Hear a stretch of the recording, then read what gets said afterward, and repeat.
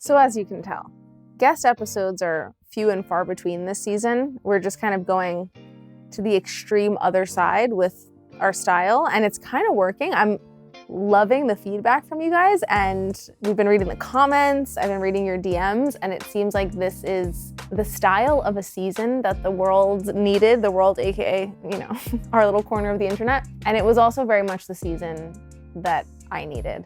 And I'm so lucky that you guys are getting it and allowing me to share this part of my brain with you. So allow me to share even further a very important human that came into my world through the wellness industry, but has always left such a potent mark on me. My girl Noelle is on the pod today, and I can't even explain how much she is one of us. I know that if you're watching this show, if you've stuck with me all these years, you are a human who is so dedicated to asking why and analyzing the world around you and analyzing your own behavior and being curious to the point where you are never going to stop growing and trying to improve as a person. And sometimes you might do that to a point where you ask yourself, am I going crazy? And this conversation with Noelle will show you that not only are you not crazy, but you're also not alone. And there are other people and other women out there who sit there and have this level of depth of conversation about the world, about how to show up better for ourselves, about how to show up better for our children, our future children. We just go so deep in this one and talk about everything from motherhood to how to be more present to how to be there for other people in a world where we sometimes think that we're being an annoyance or adding to the noise, and how much we actually need each other as human beings. Noelle and I laugh, we cry. It is like the ultimate girlfriend conversation that I imagine you guys would have with your friends, and that I imagine is going to be just as soul nourishing for you as it was for me. So if you are kind of in need of that chicken soup for the soul moment, if you're in need of just a heart-to-heart conversation about everything regarding, again, life and motherhood and spirituality and nervous system work and health and how to stop being an extremist and perfectionist and how to just start taking messy action in your life and accepting that we all have no idea what we're doing, but we're in this together, that's the kind of energy that today's conversation is giving. It's so nourishing. It was so beautiful to just share this space. And these are the kind of conversations with friends that I want to bring to the podcast, not just the scientific data ones, but just human conversations where we're being ourselves. So I hope you love it. It was such a joy to film. And if you do love it, let me know in the comments. Share this podcast, leave a review on iTunes, whatever way you can kind of help to get the show out there and just help to boost us on the algorithm so that other humans who might need this can find us. It would just do us such a huge solid. Every little bit that you can share, it really does help, and hopefully will help to impact the world in a small way. Enjoy. Let's talk real life, right? I think the best way to move through life is to always be the student and to always be curious. Life will show you either way. It's just how you choose to listen. You can always count on you. You will always have your own back. This is not the last thing you'll create. Play is the process. Sometimes it has to be dramatic. That's the funny part. When your back's up against the wall, you will prevail. You're allowed to grow and change. You're allowed to birth something new. I hope you make your art. You know what I really appreciate about you and Nick is when, which I'm so out of practice of this because I think that I'm a mom, and anytime that I'm around other people, I have my baby usually. I really appreciate that you guys listen and ask questions, and you don't just listen, but you hear, I feel fully opened up to, and you're receptive. And that's such a beautiful gift to another person. It's a beautiful thing to share. It's so healing to be able to share, but it's even more healing, I think, to be heard. It's healing to have someone witness you in whatever it is you're saying, even if it's just the story of how you met your partner, but also deeper things, and have people actively listen and ask questions. I think it's a reflection because you're really good at that. I mean, you came in out the gate and you were just asking the most thoughtful, introspective questions. So I think that also inspires the people around you to do that even more. But Nick is really good at that. He really. So are you. Thank you. Yeah. The podcast has helped. It actually really has helped because you have to think of those questions. Yeah, I've just had to really learn the art of not having the ego of like the questions that I prepped for this are the best questions. I'm just going to throw them at this person. It's the art of like there is a real person in front of you. So the more you can be really deeply present with what they're actually saying and ask a thoughtful question that comes out of real curiosity because you're being present, the more you're going to hit the question that the listener is probably naturally thinking because they're in it with you and being curious. And the more that you're going to help that person flourish and open even more because they're being heard. So it's been a really good, as an only child who like didn't really get to build a lot of that skill. I wasn't like properly socialized as a child. I was, but like there's something different, I think, about spending so much time alone.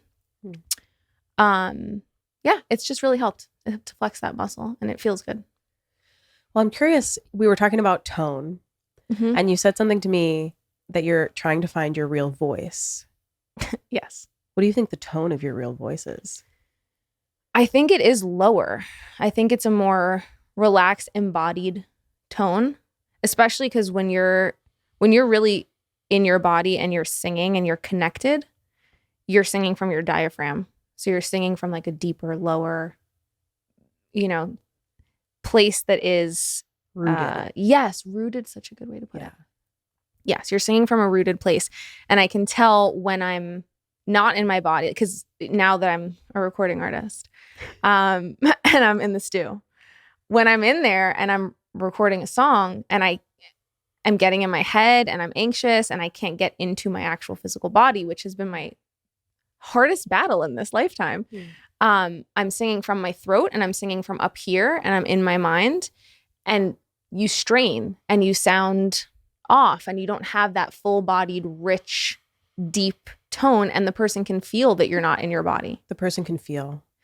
So much about music is about feeling. Making a good song is like, how much could you really feel what you were saying, and how does that translate to the person listening? The people can be singing the same lyrics, and you see that all the time with people who record the same song, like whether it be a cover or whatever, but they just feel it so much more. Yeah. They feel those lyrics. And it hits you in a new way. It resonates in your heart in a new way. It really is so much about feeling, and not just music. Like even when someone's just talking to you, we got the same brain right now, because isn't it funny that being good at singing and making music is about feeling? The deeper you could feel, the more you could make a feeling song. Being good at podcasting is about feeling into the person next to you and actually being present with them. Being a good conversationalist is about feeling. Being a good coach is about feeling into what the person is experiencing. Like we've been taught in life that all of these skill sets and things that we need to do and accomplish are coming from our mind and how good we can be at things or how proficient, but it's actually how much can you be in your body and actually feel. Game changer is like, it's not about the what, it's about the how. Right? Say more. Right? It's like, and we were talking about this too, about this current culture, whether it be in health or anywhere, of all of these things, these check boxes that you need to check. But it's really like, if you just actually drop into your body and feel and connect to your heart, I think, and that root, all of those things actually come almost completely naturally. And then it's like all the what doesn't matter so much as like how you're doing it all, right? Yeah. Did you ever struggle with being in your body? I think I still struggle with being in my body, probably. What's the experience of that? A lifetime journey. I think that for most of my life, I really struggled with connecting to who I was, like this thread of truth inside of me. And most of my life, I was disassociated, and I have huge chunks of my life and memory that are just missing. So I would say most of my life, I wasn't actually in my body. And it wasn't until maybe I was 27 or so that I started to uncover the layers of realizing that at all. That like, oh, maybe I'm not the main character of my life, and I'm not here. I'm not like present fully. And I would have these small glimpses of being in my body. Like I started a yoga practice and a meditation practice that was so beneficial for me when I was living in Miami. And it showed me these glimpses of what it was like to truly feel. And I started to realize all of these unaccessed parts of myself that were there. Like I had always identified with being not an emotional person, not crying, not being able to like connect with other people in a super intimate way, being avoidant, being emotionally unavailable. And then I like, for example, started this yoga practice and all these other times where I got these glimpses of what it was like to actually feel. And then I was like, oh, there's this whole part of me that's like offline right now. And since then, it's been this journey of bringing it back online and getting back into my body. And what a journey it's been. Yeah. It's interesting how you mentioned that one of like the symptoms of being disassociated from your body was not being able to connect to other people and not being able to be really emotionally intimate with them. But it sounds like the solve for that, or like one of the ways in for you, was actually connecting with yourself first and finding whatever practice it was for you. It was yoga, the thing that got you to witness yourself. Totally. And then you could witness other people. Totally. Do you feel like that's where it has to start for a lot of us? 100%. It's the old cliche, you can only meet others as deeply as you've met yourself. And it's so true. Because you can't see other parts of other people until you've seen those parts in yourself. Yeah. Right? This is what I'm struggling with right now. So this is why I'm asking. I've been so cerebral about my health journey, which has helped. I kind of like needed a good 10 years of cerebral. I needed a good 10 years of, this is how you eat protein. This is how you strength train. Here are the facts. Go walk. Yeah. Yeah. Like you got to walk and it's because your arteries need it. And here's the science behind it. Like I needed the brain wise for all of the habits, because that's just where I operated from. I wasn't used to being in my body. I wasn't feeling. I couldn't feel, hey, my blood vessels hurt when I sit at a computer for 11 hours a day, because I wasn't in my body. So I didn't have like a sense of a connection to myself of like, ooh, I might need this. Oh, my tender heart is asking for a bath. Like I wasn't there. I was just on autopilot and in my brain. So my way into my health journey initially was information based, which is why I made a blog, which is why I like spent 10 years communicating health information to people. And that did a lot for me to build my foundation and to get me to make the changes on the understanding level. Now I'm entering a whole new phase, which is perfect timing with the singing. And it's why the music is so important and so hard, because it's the first time I'm graduating from that, going from my mind and logic into my actual body. And there's a lot there. Like in many ways, I'm kind of just getting started all over again. And if it weren't for the information-based why health pillars that built my foundation and got my body healthier and stronger and all the things, I wouldn't even be able to dive into my body. But now that I'm here, I feel really vulnerable and like a beginner again. And one of the biggest things I'm struggling with is not being able to cry. So you mentioned that was one of the ways that you noticed you weren't in your body. And I'm telling you, I was in Los Angeles recording my songs and having so much like emotional turmoil that I could feel was there.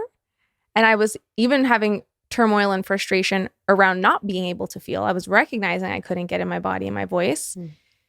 I was recognizing, hey, I think I might need to cry, but I couldn't. And I'm telling you, I'm in my Airbnb Googling how to cry. Yes. Babes, that's where I was. I've been there too. So I'm asking you, what the heck do I do? What did you do? I got pregnant. Oh my gosh. I mean, honestly, that's tea. That's an answer. Oh my gosh. I mean, such a huge, getting pregnant just cracked my heart wide open. Like it would be the not dumbest movie, but like I don't cry at movies, books, stuff like that. Don't cry. But I historically hadn't been a crier, so much of a crier. And once I got pregnant, and even still, but mostly when I'm pregnant, it's like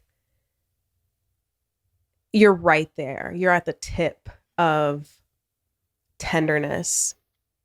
And I almost think, I almost think that it's this closeness to magic and the reality of miracles that put me, I'll speak for myself, that put me deeper in touch with my emotions. Like when you're pregnant is just the craziest thing. I like that you said that you used the phrase "for me," Yeah. because I was recording this episode where I started to figure it out a little bit. I've started to be like, oh, I have to build a relationship with myself, or oh, I have to be in my body through various ways. What are the things that like almost get me there, you know, or like start to get me there? Makes a lot of sense that being pregnant, growing life inside of you and being so in touch with the vessel that's growing it gets you in that body.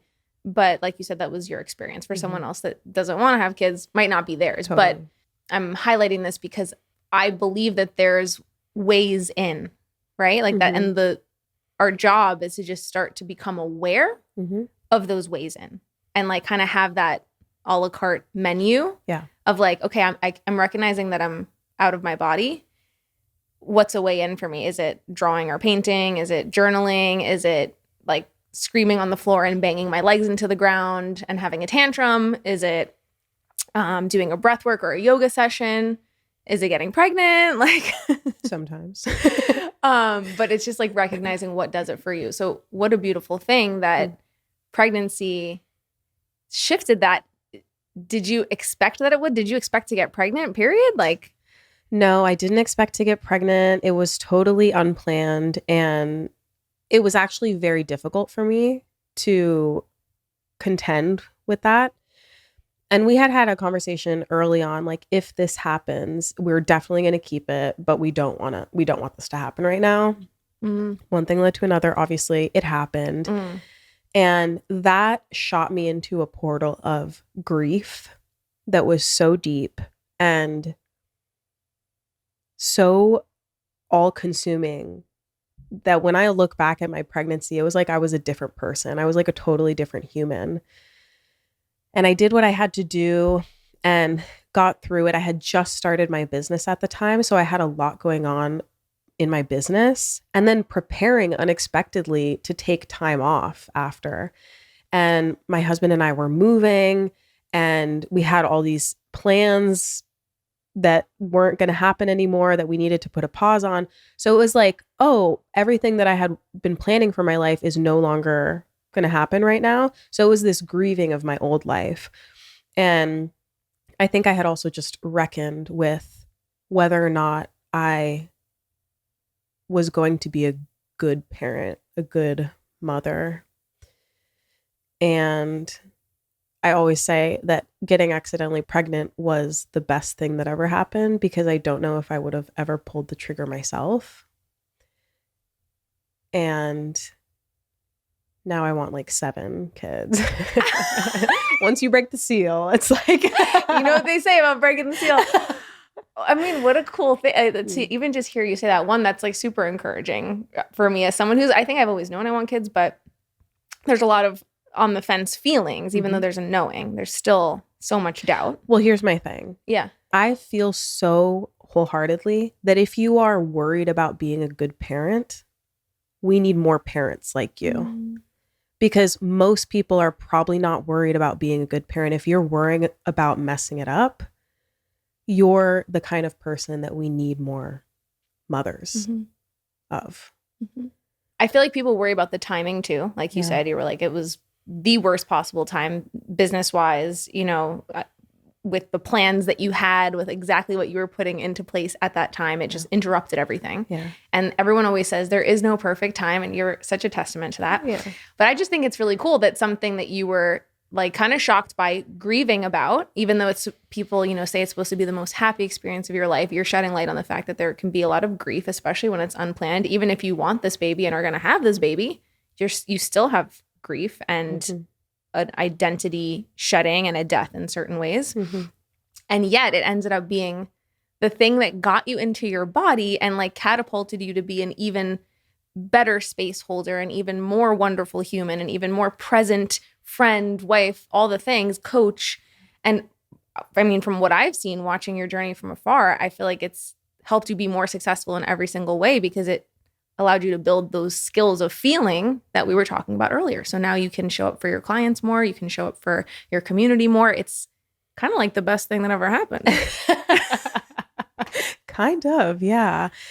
Yeah, I think that motherhood, it beckons you to be a better version of yourself, always. And it's your choice whether or not you answer the call, but it's always going to demand more of you. And I always have to think about it in terms of how do I want my daughter to be when she's my age, when she's 10, when she's 20? How do I want her to act in this world? Like, I'm teaching her how to be an adult, and she's only going to learn how to be an adult through the way that she sees me be an adult. So it forces you to be like, okay, are you living in alignment? Are you doing the things that you say you're going to do? Are you taking care of yourself? Are you living how you want her to live? So just having that mirror it has the potential to be life-changing, you know, and bring you into a more elevated, aligned version of yourself that I think makes you a better person all around in business and relationships and everything. So what about the fact that it's so hard? Because you just said it demands more of you every day, every second, every moment. And we're actually going to take some calls from the hotline in a moment. But we have had people call in and send voice notes in where they're like, hey, Liv, like, I see you talking about nervous system capacity building and regulation and taking care of yourself and doing all these things. But like, I'm drowning here as a mother, and I'm really struggling in motherhood. How can I possibly build my nervous system capacity when I'm now being stretched to my ends? Yes. And I would love for you to answer some of those questions. We will, but kind of like what comes up for you when I say that? Yeah. Like you mentioned earlier, there's so many doors in. And when we think about nervous system regulation, sometimes I think we see these perfectly curated versions of nervous system regulation on Instagram of like laying in grass and like journaling and like the candle with the bath and everything. And that's beautiful when you have the opportunity for it. And one of the biggest lessons for me throughout pregnancy and to this day in my postpartum period or my motherhood period is that absolutely everything has the opportunity to be nervous system work. Period. Like, Jazz hands. The most powerful tool is actually just recognizing it. And once you recognize it, you get a choice. And it's not the bubble baths and the journaling and the grounding in the grass that makes it nervous system work. It's slowing down. So like when you realize that you're washing the dishes, like you're in the fucking world records book. Ripley's. Yeah, you're in Ripley's. Okay. When you're like trying to get the kids ready and like changing her diaper like it's a baby shower and you're trying to win the prize, it's actually just about slowing down. And then you'll notice that your shoulders are up here, that you're holding your breath, you're breathing into the top third of your lungs, you know, and then it's just about, okay, let me see how slow I can go with this right now. And actually just take some deep breaths, because slow is smooth and smooth is fast. And you're not going to actually get it done any faster if you're rushing, if you're making mistakes, if you're causing yourself and your child anxiety, right? By just like rushing. It's actually just about calming down. Like cleaning the house can be nervous system work. Doing the laundry can be nervous system work. Making food can be nervous system work. When you have a million things to do, my favorite nervous system work right now is actually blowing off my to-do list, as long as there's nothing that's very urgent, and just getting on the floor with my kid and just being fully present with her. Oh my God. That's so sweet. Yeah, because it puts you back into your body in some capacity. And then it's just about breathing and slowing down. Slowing down is what nervous system work is, I think.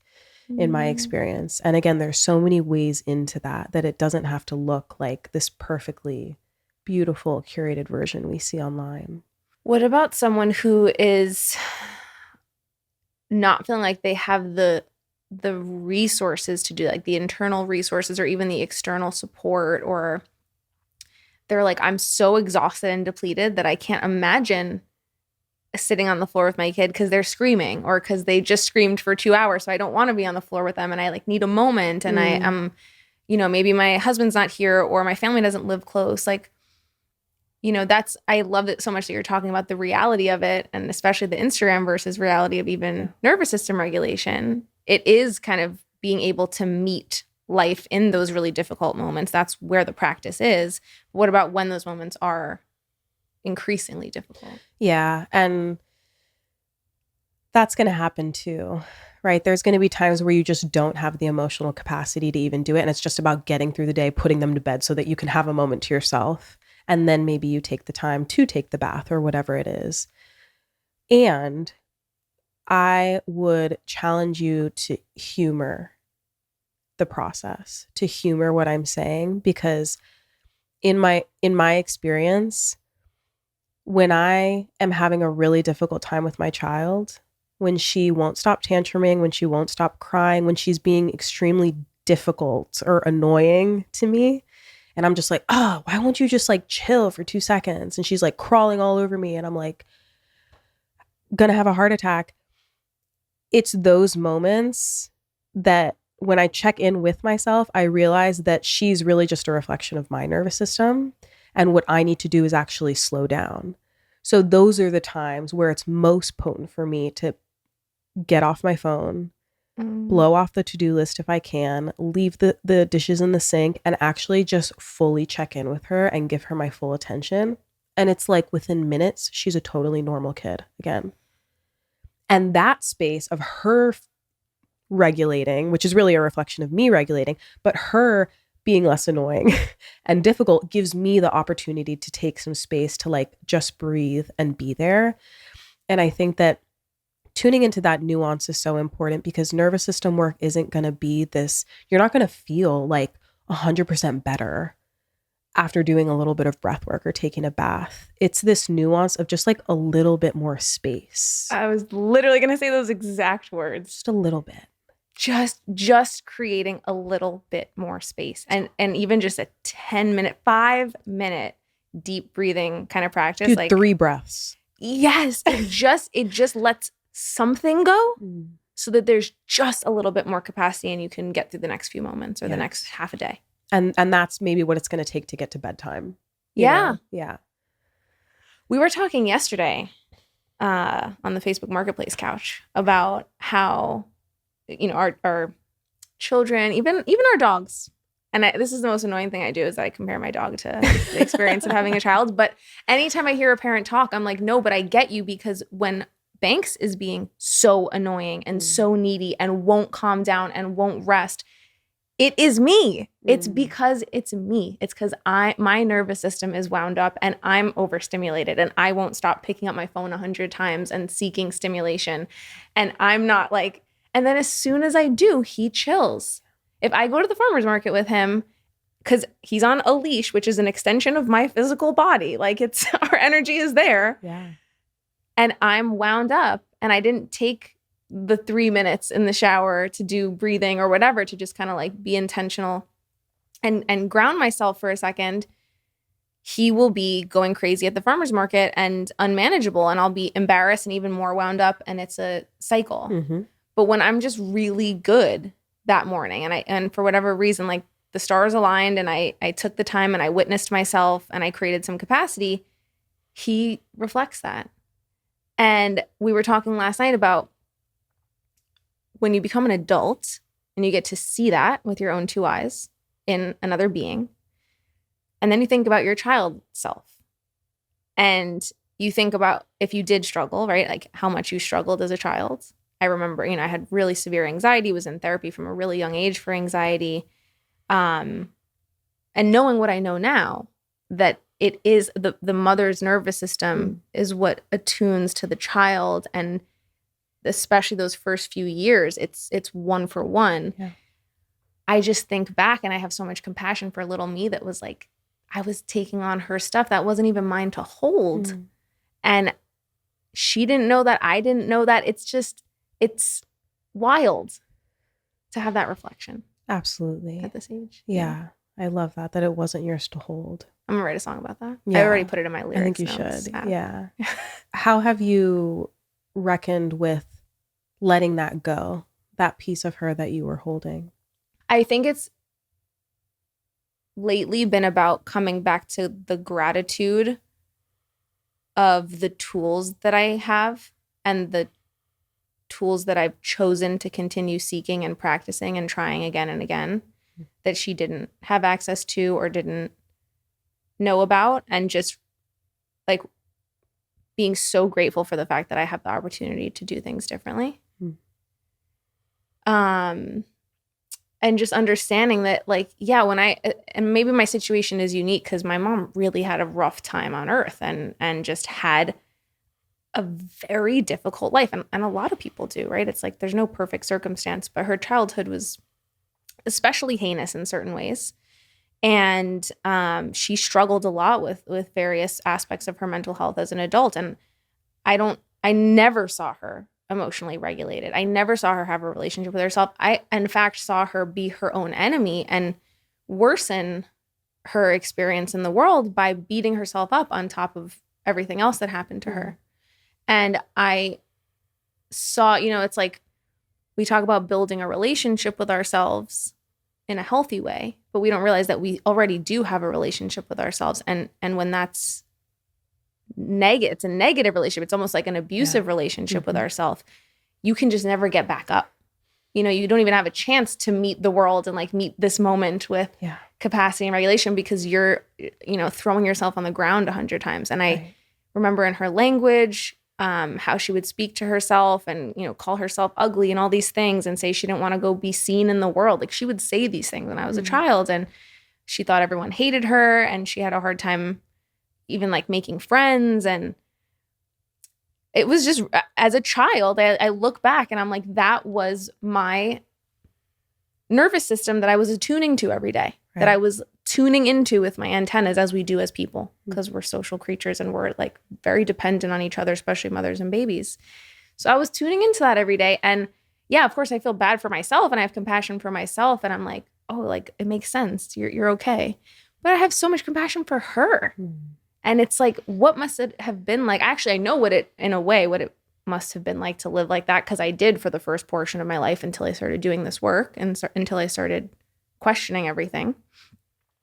But I just think of like, she had to live her whole life in that world. She never got to those tools. She never had an Instagram account and got to follow a breathwork live or it just wasn't a thing. Right. And that's why I'm so dedicated to all of this, because, she didn't have that, and I'm going to do that. And I'm going to share it with other people because I owe it to her. Like my life is like in service to her and to myself in many ways. Right. It's like taking the lessons that you learned from watching her and relearning yourself and spreading those to other people who need that. Yeah. And it just reminds me how important it is that, because when we talk about these things, it's like, again, we can almost get into, okay, you have to do this, this, and this, and learn this skill and this skill. But so much of this healing journey is unlearning, actually. It's because we already have a relationship with ourselves. So we can't just like take these new habits and stuff and sometimes just put them on top of the relationship we already have, right? It's recognizing and being courageous enough to look at ourselves and look inward and see these parts of ourselves that are not serving and these ways of relating to ourselves and the world that are actually no longer needed, that served their purpose when we were children for whatever reason, but just having the courage to say, okay, actually, like this isn't the vibe anymore, and then we can start to undo that and relearn a new way. It's so much looking. It's so much like self-examination, which is why it takes time, I think. I feel like for me, it literally took 10, and it didn't take 10 years. I'm still doing it, right? But I look back at the last 10 years and I'm like, it's been a slow but steady process. Yeah. But it is unlearning. And I would love to kind of look at maybe an example of that, right? Like, let's say food. We talk about building a healthy relationship with food and healthy habits with nourishing ourselves. But for most of us, there already exists an unhealthy relationship with food. So what does that unlearning often look like there before we can start to learn? Well, first of all, I always want to remind people that it's a practice.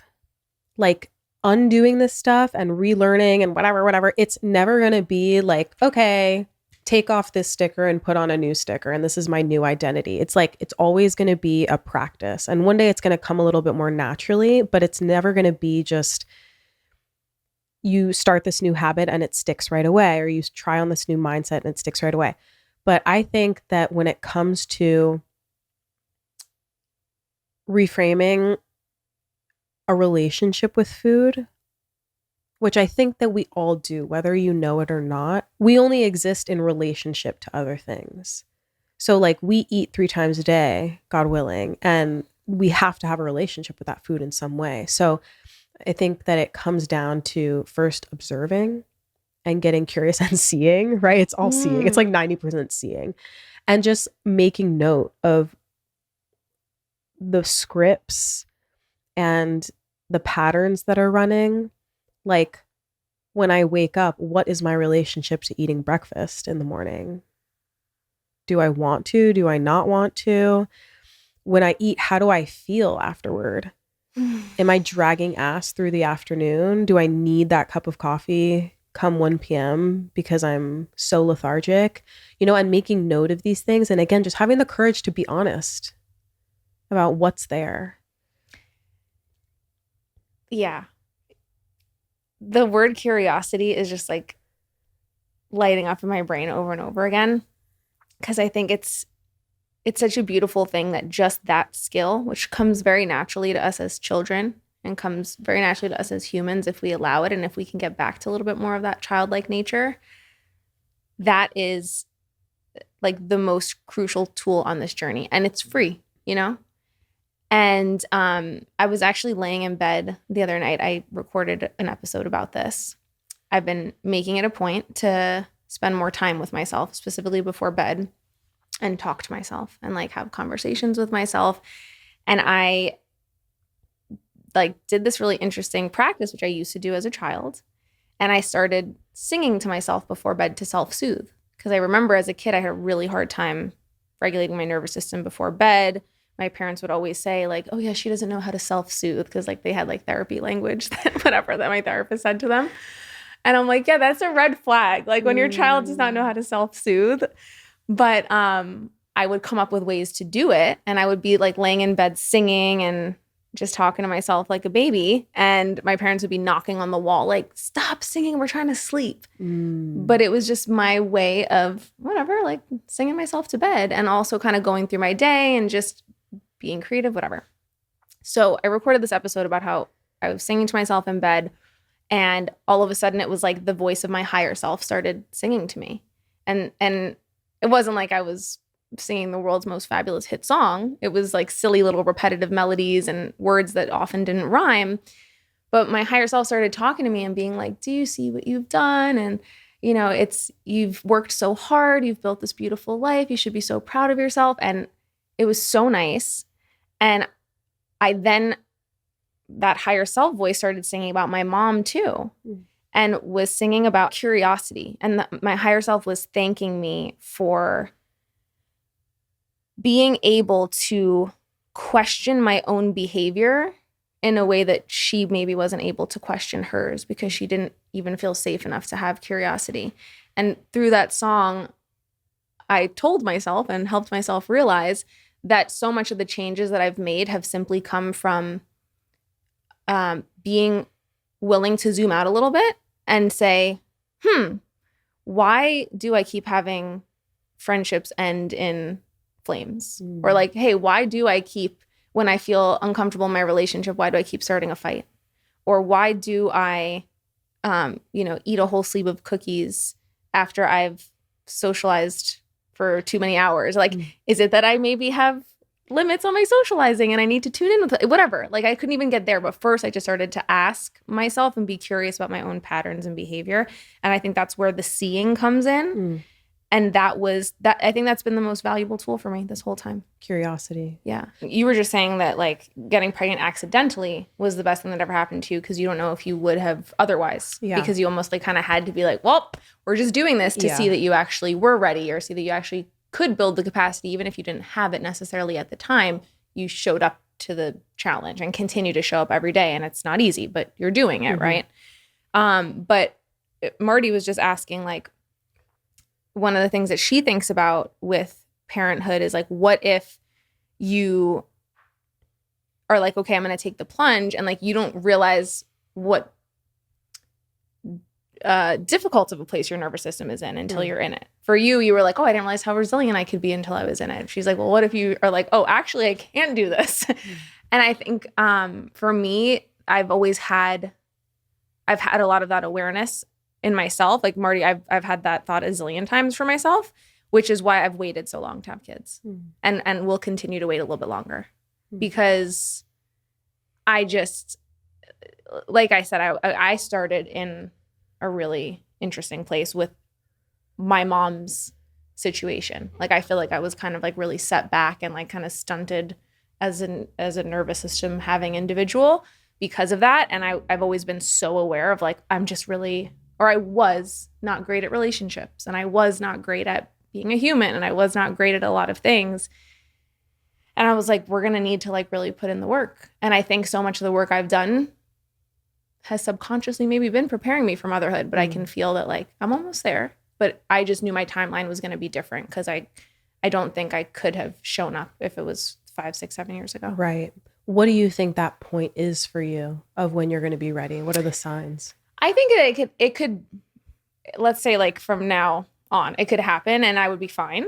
But I also, now that I'm even in the music journey and it's being revealed through that, how much I'm not necessarily in my body. Not to say that becoming pregnant and having a child and having to step up to the task wouldn't help to get me in my body even faster. Like I actually don't know how good it could be, but I'm seeing that like, oh, I have a few more chapters I'd like to experience before that happens. Because I think a big reason that my mom was not able to show up to the task nervous system wise to parent me in the way that I know she would have loved to, because she did show up in so many other ways, right? She showed up like working so hard for me. She showed up like giving me everything I ever needed.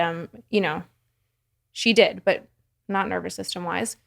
I think the reason that she wasn't able to do that was because she didn't get a chance to meet herself and self-actualize first. Yeah. And I think that if she had the tools to do that, to do some of the things that I'm doing now to build that relationship with herself first, she could have really showed up for me because she wanted to. It's not that she didn't want to. And it's not that she wasn't courageous. My mother's such a courageous woman, but she just didn't have that foundation of being able to witness herself in any capacity. And unfortunately, I really don't think anyone ever deeply witnessed her.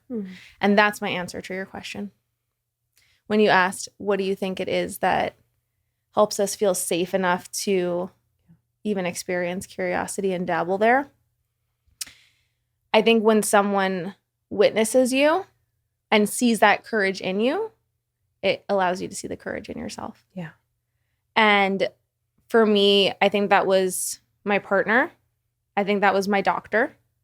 My doctor, Gabrielle Lyon, became like a mentor, big sister to me. And I'll never forget when I walked into her office and was like, my in-body scan was real bad and all my health markers were terrible. And I was like, I hate exercise and I hate myself. And she was like, you're an athlete.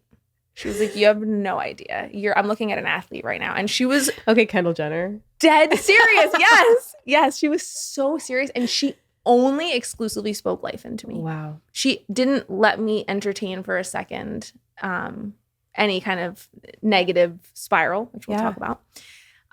She just only saw the highest for me. Yeah. And by seeing that courage in me, it just instantly, that's what we do for each other as humans. we witness something in someone else and we hold the vision for it, and all of a sudden they get to step into it. When someone has belief in you, it's literally life-changing. Mm-hmm. Yeah, I would say exactly the same. I was reflecting on it. My sister got me this bracelet that says I am loved in like 2017, and I've worn it every day since because it was such a potent reminder. I'm like, this is so random. Like, why would she get me this affirmation? But she saw something very clearly that I did not. And I think that that was the start. It's like when someone is willing to witness you and to believe in your potential, it's like, oh, like I'm not here alone. You know, other people believe in me and see me and are willing to witness me and root for me. 100%. And that's life-changing. Mm-hmm. Yeah, just that alone, you're like, oh, like that part does exist in me. Like they've just almost like unlocked it. They're a mirror for me. They're, I don't know, just, it's a really special thing. And I think that that's so much what you do as a coach. I think that that's so much what any good practitioner does. You know, like this is a doctor that I was seeing for my triglycerides and my cholesterol, right? Like, or whatever.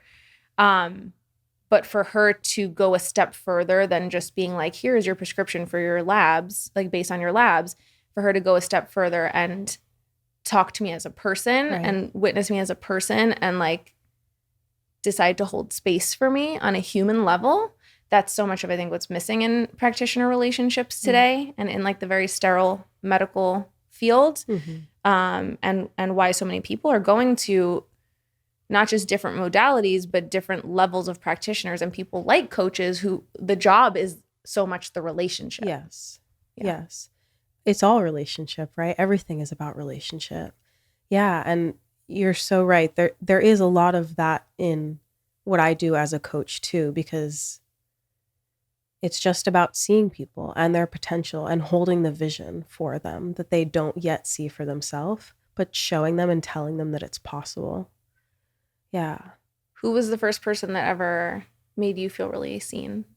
I think I referenced earlier how I started a yoga journey when I was living in Miami, like 2018, 2019. And my meditation teacher, I used to meditate with him every day or like at least a few times a week. And I remember him just saying like, when Noelle meditates, she has this white light around her. And he was like a very legit, like spent time, a significant amount of time in an ashram in India and like wore the white getup and everything. And yeah, at first I was like, no. Like, I'm just here. I'm just like with my eyes closed. I'm just like thinking with my eyes closed. I'm not, you know, that's not real. But he like kept, like when he looked at me, he saw me, you know? And I remember we had gone on this yoga retreat, and for some reason when we came back, I had this like heart cracked wide open experience where that was like really the beginning of me revealing the layers of like this internal world that I hadn't tapped into yet. And he had randomly texted me asking me how I was. And then when I said like, honestly, I'm not doing great, he called me. And I don't know, it was such a simple act, but I was like, he doesn't really know me really well. And he doesn't have to care about me, but he did. And I remember just feeling so seen and validated. And there were quite a few people from that point on that were just like little blips in my journey, but they served as such a potent mirror and reflector to me at that time that just showed me what was possible for myself. And like, yeah, like I believe in you. Like you're not lost. You don't have to be lost. I see some. I know. I'm like, I must be in my body because this is the second time I've almost cried. What's coming up for you? We just don't realize what we do for each other. You know, people don't realize the power that they have to help another person just by giving a phone call, just by picking up the phone, just by, you know, choosing to go towards connection rather than to avoid it or get in their own head of like, well, they don't want to hear from me or I'd be annoying them. It's so much of that is thinking about the self and being like, oh, I'm going to let my own selfish fears hold me back versus like just go towards people. Just like do that thing. You just don't know. You could be changing a life. You could be saving a life. You that's what we're here for. Yeah. And I think that's also like why I lately have been encouraging people to like be seen more and to share more and whatever, to share their art, to share their gifts, who they are, like what they're doing, what their process is, like just be more of you, because it's not even just a phone call or like reaching out to a person one-on-one. Sometimes it's like sharing like this on a podcast, right? Like we said, the power of social media earlier. And like the really good thing about it is that when you're just willing to candidly share your journey and your own faults or what has helped you or your process, however silly you may think it sounds, there could be that one person watching or listening that really needed to hear that so that they felt seen and they felt witnessed and they felt less alone and they didn't feel weird for how they felt. And they were like, oh, someone else has had that experience and I don't have as much shame because of that. And yeah, it's just really special that we can do that for each other. So that makes me emotional. Yeah, yeah. Well, I'm curious because you said earlier that in your younger years, and curious what you even quantify as your younger years, but that you weren't good at relationships. Mm-hmm.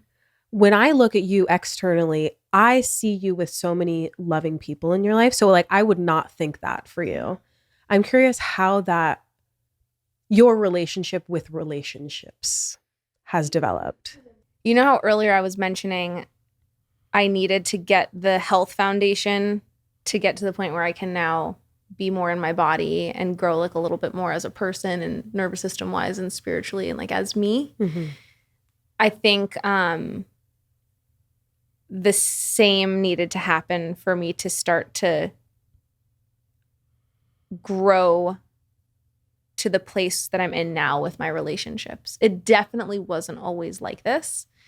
And I really do credit so much of the benefit of that information phase and that like doing phase of like, okay, it's time to really buckle down, learn about herbs, figure out what my gut needs, figure out how I need to eat, just kind of like put things into action for a while. Mm-hmm.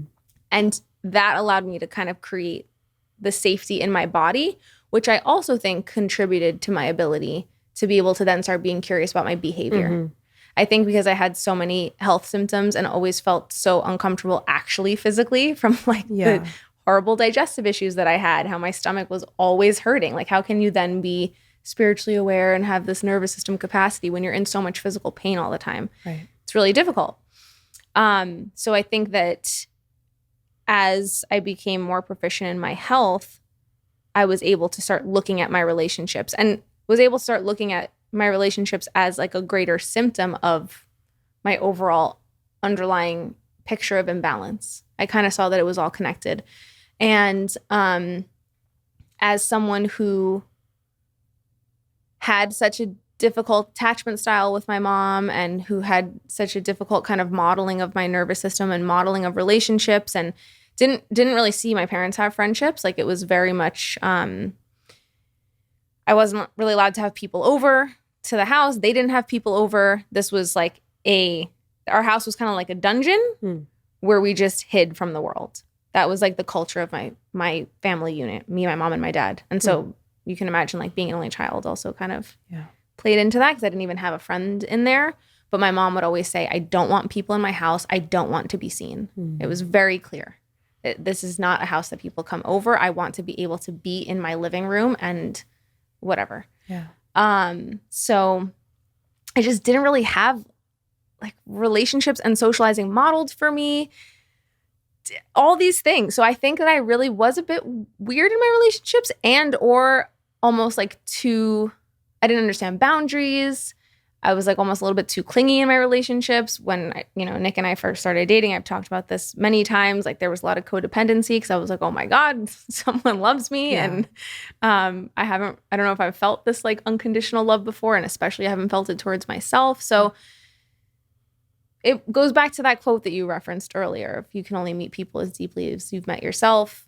There's this similar quote that's like, only when you know how to be alone with yourself can you be in relationship with others and not use them as a means of escaping being alone with yourself. Yes. So that kind of, I had to kind of put a sentiment to the way that I engaged in friendship and romantic relationship and all the things in the first, let's say, half or so of my life, or the first third of my life, I would say it was kind of more from that place of lack of self relationship, lack of sense of self, lack of like relationship foundations. And so I had more dysfunction and imbalance in my relationships and didn't know how to handle conflict and didn't know where I ended and they began. And they were just sticky. Mm-hmm. It was odd. And so I've done a lot of unlearning. Yeah. I've done a lot of examining, and it's been really painful.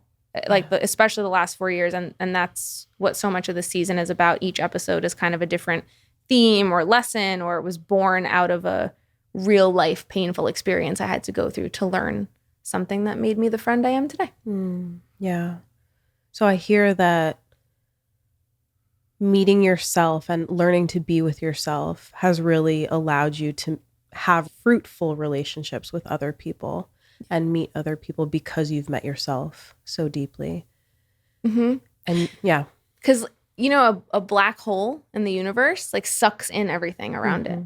So when you're operating from a void and you don't know yourself, right? You don't even know who you are, what you like and you don't like, and therefore can't say a no or a yes from a true place. And you're just kind of operating from the sense of emptiness, not liking yourself, not being able to fill yourself with being with you. Yeah. I think that unknowingly, unintentionally, very much not maliciously, you engage in relationship with people and kind of not take from them. I don't want to make it sound so sinister, but it's this concept of right relationship that I've alluded to throughout the season of like being able to be with someone and see them separate from you completely versus having that emptiness. So you're being with someone because of what they're doing for you, even subconsciously, or how you see yourself in relation to them when you're with them. It's almost like you're always involved when there's a void. Yeah. But when you're solid, it's about the other person and you get to really love and witness them, and it's a real relationship. Right.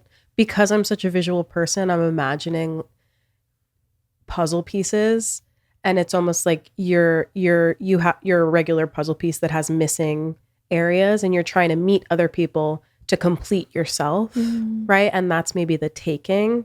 They're like able to fill in something in you versus when you're just a whole puzzle piece, you know, you're a square and then or a circle, and you're able to meet someone else who's a square or a circle, and you come together, you're able to witness each other, but not take anything from each other. Yeah. Yeah. Or give and take in a healthy way, maybe, where it's that, what we said earlier of like, we don't realize what we can do for each other, because we can do from a place of true selflessness. The self isn't involved in what we're doing. We're just doing for another person because we can really love them. But it's really hard to truly love someone else and not have you involved in the loving of them when you have something that's really deeply missing and like a deep void there, because you're always going to insert it's just a coping mechanism, because it's so hard to not feel like you have a relationship with yourself. It's so hard to not feel like you deserve to be on earth and to not have a sense of self-worth. It's so painful to go through the world in that very insecure, pained way. So we're gonna just look for anything that helps to numb that pain. We're gonna look for anything that helps to fill that, whether it's a substance, right? I think that codependent relationships and substance goes hand in hand, right? It's that addictive personality. It's coming from a lot of that void and that place. And it's because that substance is just like helping the brain pain. It's helping the heart pain. It's just making you feel better. You're not engaging in substance use because you're a bad person, just because you're in pain. Right. And your genius brain decided that this thing makes you feel better. Yeah. And unfortunately, in the same vein, you end up seeking out relationships that make you feel better. And what's the main thing there is the word you. So is that really an aligned relationship? Because you're seeing another person wholly for who they are and witnessing them and giving to them or whatever, just like giving them your presence or your love for them, and you're not involved. Otherwise, it's just like it always ends up coming back to being about you. And that's just, it's not like that's going to be forever gone in relationships. We're humans. We have, egos somehow. But I think as you become more relationally healthy, you're able to create more of that separate. You're at least able to show up to the relationship with more of your needs met. Yeah. So that person's not having to take on as much, or they can just take on when they have the capacity to when you're down. And, you're kind of it's like. more reciprocal. Yeah. Yeah. Yeah. Okay. So you touched on something that I think is so important, which is how painful it is. And I feel we live in a culture where it's really socially acceptable and normal to dull pain through substances, actions, whatever it is, whether it's social media or a substance or shopping or whatever, or relationships. And we've alluded to in this conversation of having the courage to look and to see, but it is very painful. How do you meet that pain without substance and without coping mechanisms like that? Unhealthy coping mechanisms. Slowly. In stages. I look back at where I was when my pain level was like, let's say a 10. And my coping mechanisms were layered. And I didn't realize it, because that's just how I lived. And that's how my parents lived. This is another thing, like you said earlier with motherhood, that your child does what you do. Your child doesn't do what you tell them to do. They do what you do. And I want to talk more about that, by the way. But I watched my parents have a lot of different coping mechanisms. With my mom, there was a lot of like shopping. Even it's not like she was out there buying Birkins, but she was like on QVC, right? Yeah. Or like as seen on TV things. And like another purse like in the closet, like stuffed in there, or another pair of shoes to try to fill something, right? Or there was a lot of using food as a coping mechanism. A lot of like binge eating in the home that was very normalized. A lot of like our diet will start Monday. My mom and I used to like chew food and spit it out. It was like very dysfunctional. But I don't even think she knew something. That's all she knew. She was just in pain. And like we were just in pain. There was definitely a lot of like self-punishing in other ways, I think, as well. Even just like, there was just a lot. So if I go back to that time when I was at the pain level of a 10, I had coping mechanisms of smoking weed, of using food as a coping mechanism, of shopping, of like using my phone a lot. There was all of these different layers of force fields that I put in between me and my pain. And when I would kind of become a little bit conscious of one, if I wasn't chipping away at that layer and like doing some of the work and finding something else that was helping me, being witnessed by somebody, going to therapy, starting to unpack things, starting to exercise, kind of like replacing some of that pain with a healthy habit or a healthy outlet. Yeah. If I would just kind of like smoke less weed, then I would just eat a lot more. Or if I would shop less, then I would smoke whack-a-mole. A lot more weed. Yeah. It's like whack-a-mole. Yeah. So I could definitely not take away all those coping mechanisms at once. Yeah. And I definitely couldn't take them away and replace them with all of these healthy behaviors all at once. And Lord knows I tried to go cold turkey on everything at the same time and start some crazy 75 hard on Monday a million times. And that's just not how it works. And the reality is you're setting yourself up for failure if you do it that way. So it was more of a very slow, okay, I'm going to have compassion for myself. I know that there's a bunch of things that feel a little bit out of balance, but right now I'm going to look at this one thing and see if I can get curious about my relationship to it. Even if I still end up smoking, can I just ask myself, okay, before I light this joint, what am I feeling? Yes. Am I sad? Am I overstimulated? Do I need to be alone? Do I need to be with people? Like, what could I maybe try to tune into what I need? And just kind of like use it as a way in, use it as an alarm bell's going off. That's why I'm reaching for it. So can I just try to use this moment? And slowly, one by one, I chipped away at those coping mechanisms and came to the place that I'm at now, where I can honestly say I don't habitually engage in any of those behaviors, especially the shopping. That one I didn't really try for. It just happened naturally as I got healthier. but I'm at a place now where I have more of a tolerance for life without the padding. Yes. There's this book that I love called Already Free by Bruce Tift. And he talks about the concept of experimental intensity. And that's exactly what it sounds like. It's like even if I'm going to use cannabis or whatever the coping mechanism is, can I delay it 30 seconds and just be with this feeling that's causing me to want to do that thing? Even if I am going to emotionally eat, can I delay it 30 seconds and just be with it? And the more you do that, the more you grow your capacity to be with that feeling of intensity. It's just a little bit of experimentation, 30 seconds at a time. And as you witness it, as you see it, that pain, whatever feeling that's causing you to want to go to that thing, do that thing, you grow your capacity to handle that without the padding. Mm-hmm. Yeah.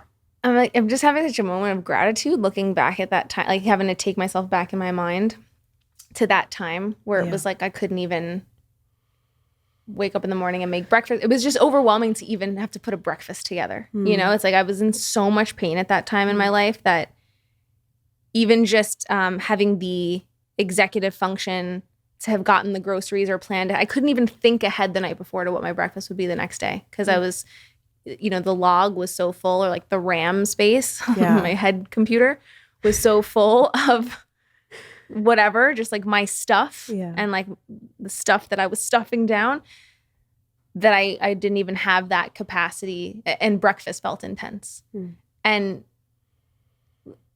I it's hard to even put into words or explain to myself right now how I got from there to here. But all I can say is that it did take, again, like 10 years. It didn't happen overnight. And there's so many little things. And that's why conversations like this are important, because it's like, wait, how did we do that? Yeah. There's seasons of life where you're down, man. Over and over and over again. And you don't get a break. Yeah. But I think accepting that sometimes that is the nature of life. And again, something's not necessarily wrong. I mean, it's horrible. Like I have a friend, one of my very best friends in this entire life. She's just been beat down for the last 4 years, over and over and over again, in ways that I'm like, no one in this world, I wouldn't wish this upon my worst enemy. But I also know that that's happening right now, and she's going to smile again. Yeah. And she's going to have hard times again.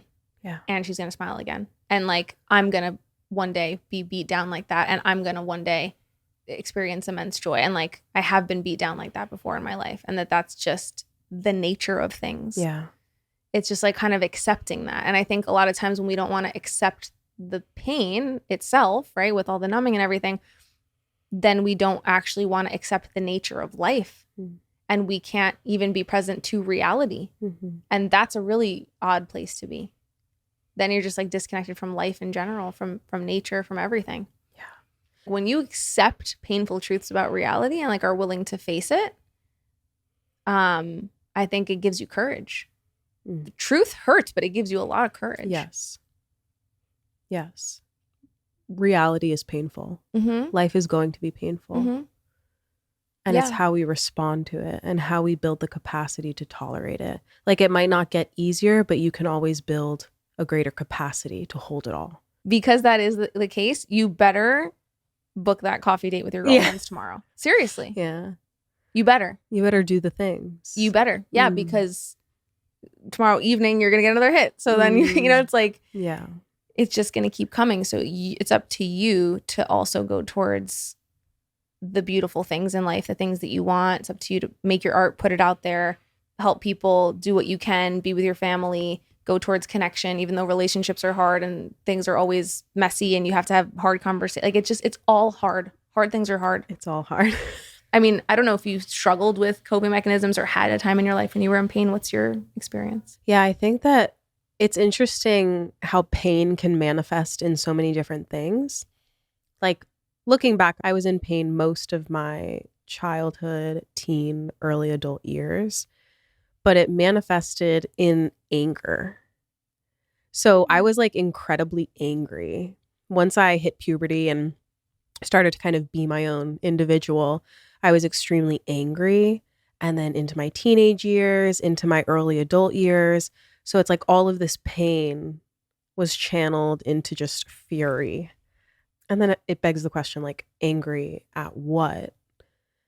Or like, what was the reason for that pain? I think it was so much of not being my own person. Mm.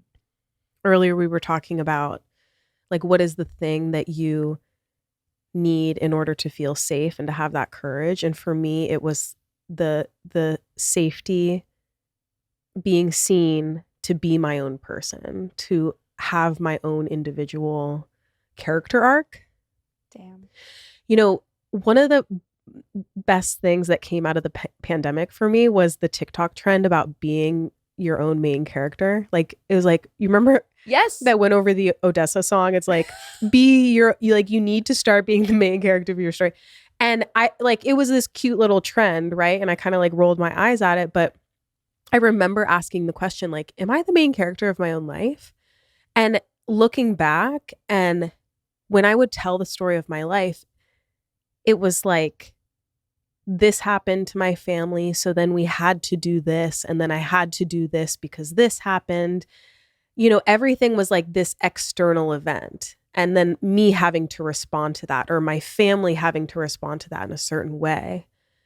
And even into like the first like 5 jobs that I had, it was like someone getting me the job or saying, you should work here or come work here with me. And then I would just kind of follow the life path that was convenient, or that other people said, you would do good here. And then I'd just be like, okay, yeah, that makes sense. If they see that, maybe I should do that.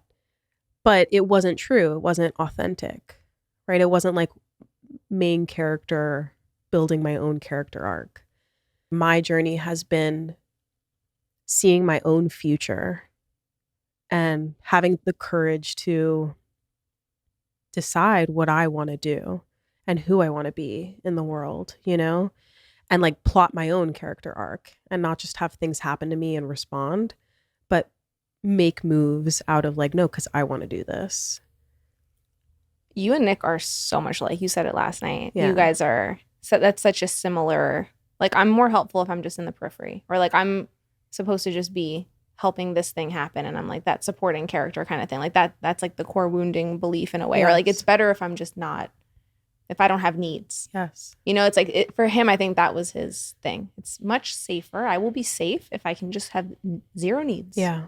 If I look back at my core wounding, which is different from you guys, it was more of like I'm unlovable, so I need someone to love me, or I need someone to meet my needs for me, right? It was like, oh my God, Yeah. who will take on these needs, which is the perfect match for someone who's like, it's better for me to not have any needs. Let me meet yours, you know? It's like that trauma bond. I can totally see why life put certain experiences in my path so that I could have to face that wound head on and hopefully alchemize it.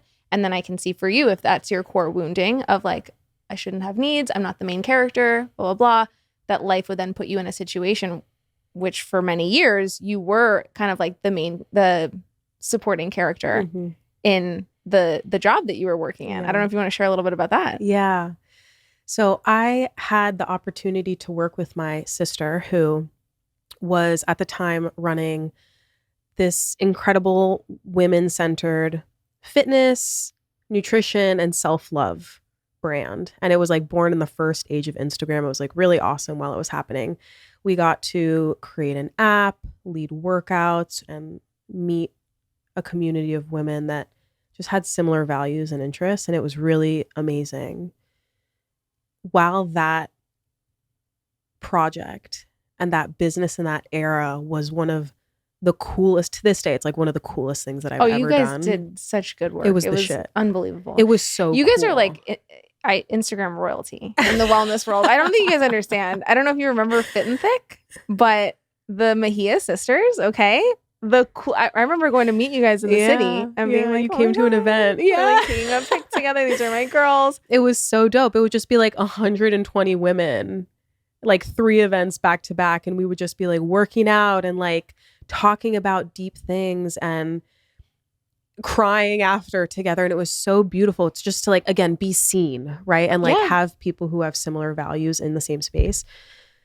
And I thought, again, So I was always kind of falling into these roles like, you should do this.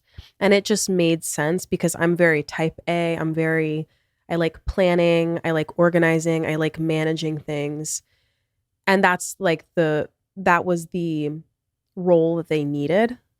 Just for context, would you say that your sister was like the face of it? Oh yeah. Okay. Okay, just so people know the like the influencer piece of it all. And yeah. So the brand was born out of her influencing era. So she was really the face of the brand.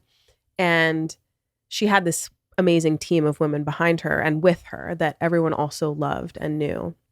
And I was part of that team. I think what you just said really made a lot of sense of because of your natural type A-ness, it was like, well, I'll just fit in here. Even if I perhaps would want to also be a leader or like kind of like maybe subconsciously I want to also be a bigger part of this or like impact in a different way. I'm just going to impact by being behind the scenes and being operational and, you know? Yeah, I think I thought that my role, and I think maybe at the time, my role based on where my nervous system and everything was, I thought that my role was in supporting and that I'm just not that kind of person who wants to be in the limelight. I'm just so much better at organizing and facilitating and project managing. And she is the star. And it was through a lot, like we had a very long journey, her and I, of unweaving a lot of our own codependence in that regard. So in that pattern of being that supporting role, which I also thrived at, but we would butt heads a lot because there was a lot of like sister codependence and stuff going on there. But I think that there was always this pattern emerging where I was resentful and unhappy and angry, again, for whatever reason. And it was through, again, the theme of courage and being able to see and get curious about, okay, what is happening here? My brain is telling me that it wants to be in this situation, but look at the patterns that are emerging, like these unhealthy coping mechanisms, this pain and this anger. So like, is this really what I should be doing? And it was a mirror in showing me what might not be for me. And a tool that I've been trying to cultivate is like, if this is yielding a result that is like not for me, for example, this pain and this anger and all this, maybe I should try the opposite of that and see where that gets me. So it was through really difficult conversations between the two of us of being honest. Yeah. And being honest because we so deeply loved each other and wanted the best for each other. But I think that we were so co-enmeshed, you know, and codependent that it wasn't possible to like have that relationship in a healthy way, and have that business in a healthy way. So it was through the honesty and the courage of just being like, maybe this isn't the right thing for us. And it was incredibly painful. And it was like a ripping away of my safety blanket and like the floor underneath my feet. And for both of us, you know, we talk about it now, it was incredibly painful and we had our own reckonings and we kind of had to rip away and we were still close. And this was actually at the time that we were living with each other again. So we were physically close, but we were having our own journeys just on a parallel path. And then we got to come back together through our own individual healing. But it was incredibly difficult. Yeah. How hard was it to have those conversations, realize that it wasn't going to just be aligned or work for you guys and have to kind of end that chapter of working with one another, even when there was nothing technically wrong with like the business, that you guys could have kept doing it and it could have been fruitful and it could have been fine and you guys could have made an income from it. And I asked that question because we did a death and rebirth episode, and I find that the hardest part of honoring yourself and allowing a death is like, but this thing is working and feels safe. Oh my God, I feel like a broken record, but it always keeps coming back to the courage and the honesty. Because even if things externally are working and there's money flowing or there's whatever flowing, like there's success flowing externally, when you're waking up every day and you're not excited to do what you're going to do, when you're ending the day resentful, when you're moving through the day with this pain or this anger, when you're having difficulty being in the room with a person, there's obviously something, like those are all flags that something's off internally. Yeah. So it's like, okay, regardless of what this external outcome is or this feedback, like what's going on inside? Because I would rather be poor and content inside than to have all this external validation and feel like I'm dying inside, right? And I think that when the external signs of, quote, success and that external validation, which can feel really good and be addicting in a sense, is present and you're still choosing to say no, I think it's an even more potent alchemical moment for your own healing journey. Yeah. It's an even more of a resounding yes for yourself to say no in the face of all of that.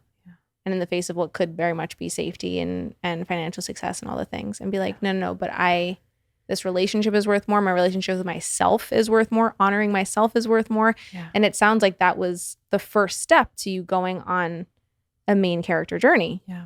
But was it like one for one? Did you leave that and then start your own business, or was it a little bit more of a rocky road? Yeah, it was a little bit of a rocky road. There were about 6, 7, 8 months where I was just kind of in between, because when you rip the Band-Aid off, the flesh is tender, right? It's not strong and robust, and that's what I just felt like an open wound. I was like, where do I go from here? Who am I? Now that this rug has been pulled away, like now that I'm standing in the light, who is this person? And it's deeply uncomfortable and it's deeply scary to face yourself, especially in that messiness of not knowing who you are, not having a relationship with yourself, not being able to meet yourself yet. And just like those early days of getting to know what you like, what you need, what you want. It's like deeply It's so uncomfortable. It's so uncomfortable. Where did you start? How did you start to even get to know what you liked and what you wanted? I think living in Colorado was such a blessing at the time, because Colorado is open. There's a lot of mountains, there's a lot of streams, there's a lot of parks, and I just spent a lot of time outside walking. Walking was such a big like eye opener and catalyst for me, because you're just there with yourself, and journaling. So much journaling. Yeah. What is that? Dude. My journal has seen the ugliest parts. Yeah. God bless her. How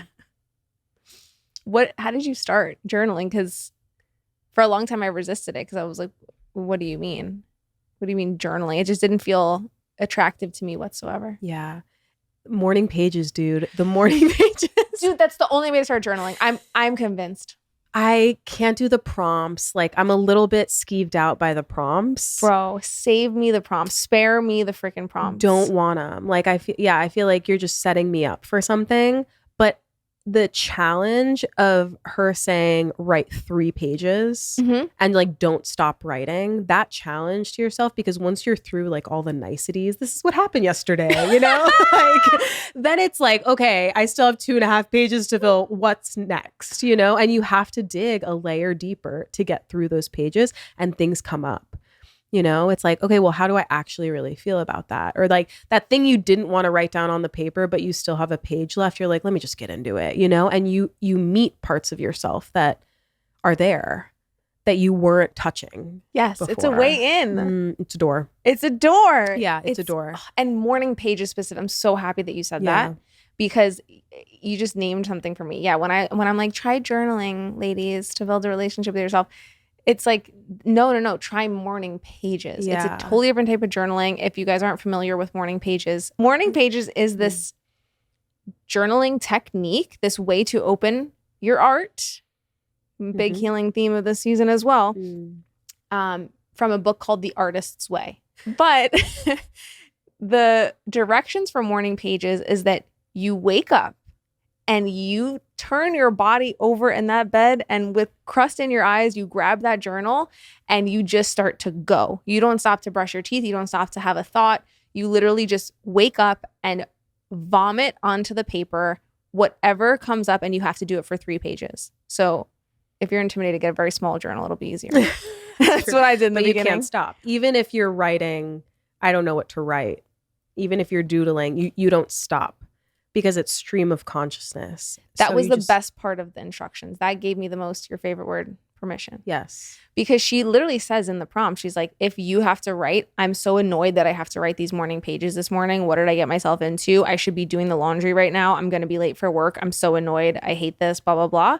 She's like, that's what you're supposed to write, because the whole point of it is the stream of consciousness, is to dump what's on your mind and what's taking up space onto the page. So just like with the deep breathing, you can just clear a little bit more space and you can just meet yourself. And when I started the morning pages practice, I realized that like, oh yeah, why wouldn't I meet myself first on the page before the rest of the world gets to meet me? Why wouldn't I say hello to myself and greet myself and just take any kind Have of a conversation. curiosity into what I'm feeling until I give me to everybody else? Yeah. It changed everything for me. Yeah. And there's also this thing of like, even when you're writing, I'm so annoyed. I have so many things to do. Oh my God. When you're able to witness those parts that are there, however annoyed or ugly or whatever they are, undesirable they lessen in intensity more often than not. So just saying and witnessing the fact that you're annoyed or you're feeling anxious, just being honest about it, it alleviates some of that pressure. You ever heard that quote that's like, awareness dissolves? It's like it dissolves whatever you put that awareness on. Yeah. If it's anger, if it's this, if it's an activated part of yourself, just awareness itself is enough to create a shift in something, because everything is just asking to be seen. Yeah. It's like that meditation teacher calling you. He Yeah. just saw you. It's really, Yeah. it's so simple, but also so complex at the end of the day, and Yeah. takes just tiny moments over and over again of being willing to see yourself and other people. Yeah, that meditation teacher taught me, when you're aware, you get a choice. And that was just so profound to me, because it's like when you have awareness, it's like as soon as you become aware, that's the gateway in, that's the door in. And then it's like you can do one of two things always. So it's like once you become aware, then you get a choice. And so often we're just like running on autopilot and just making choices out of, what's the word? Autopilot.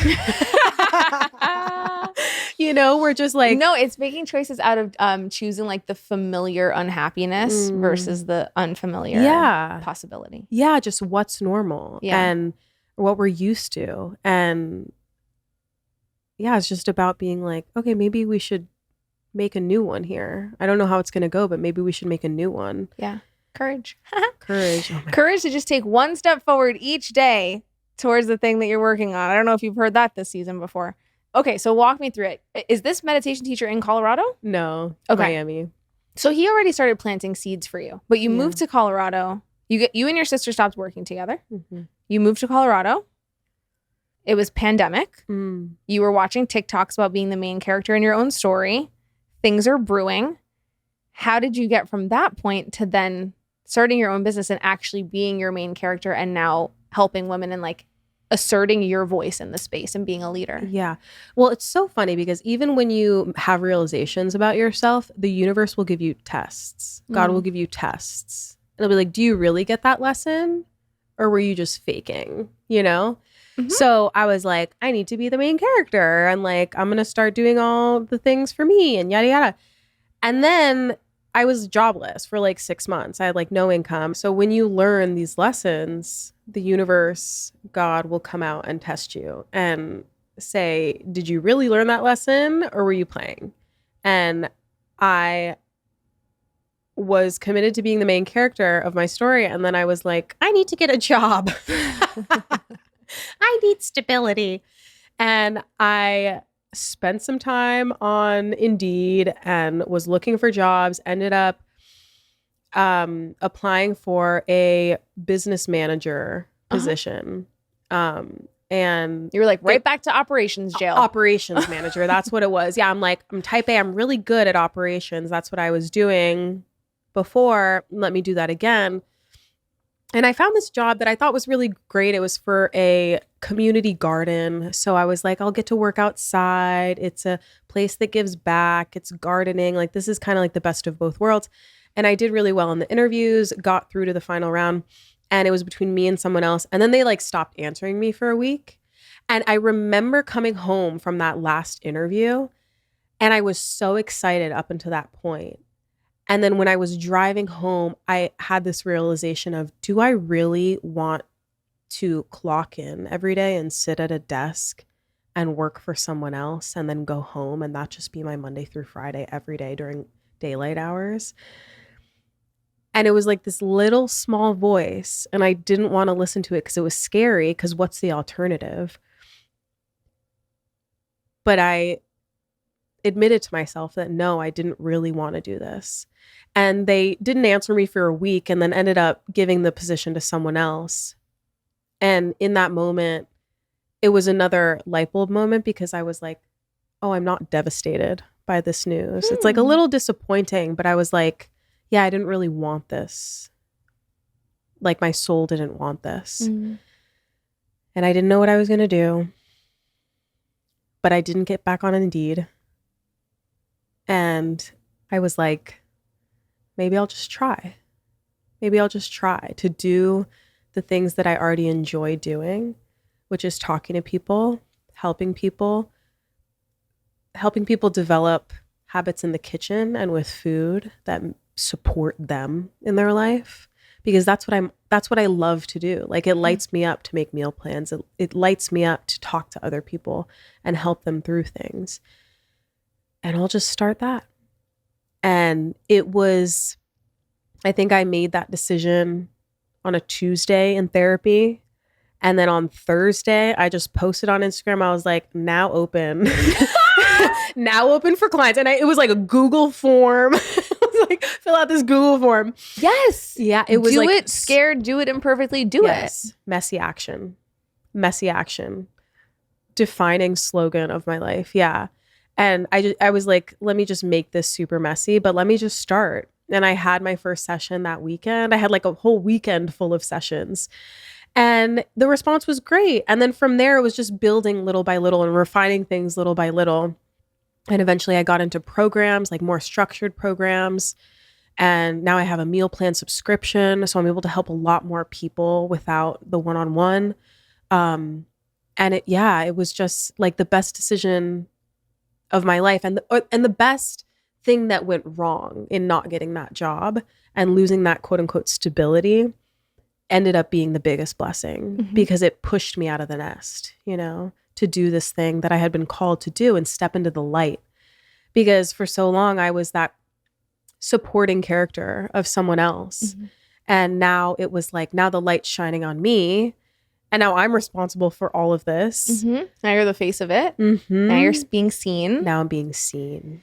That's what I want to ask is, like, how did you internally get past that block around being seen and that shame and open up Instagram on that Thursday and show up with your face and be like, hey guys, I am now doing this and I am offering myself in this way. And like, we're just going to try.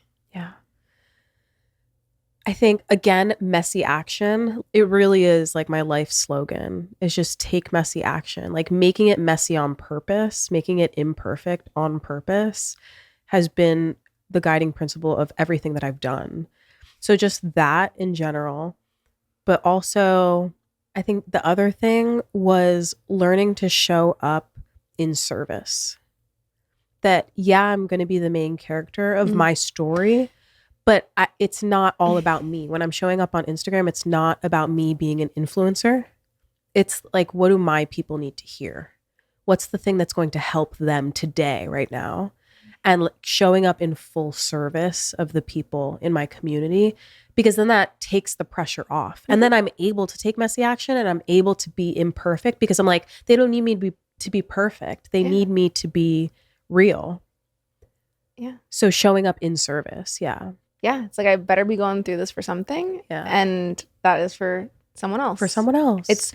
There's another quote that's like, when you're an artist or like a musician, let's say, It's like people don't come to see you, they come to see them. Mm. It's like whatever music we're listening to, we're not listening to our favorite John Mayer song because we're necessarily obsessed with John Mayer. I mean, maybe we are, but it's because we see, and when we listen to, I guess I just feel like it's because we see our experience in Right. that. And that is the greatest service of art. And what you're doing is art in every way.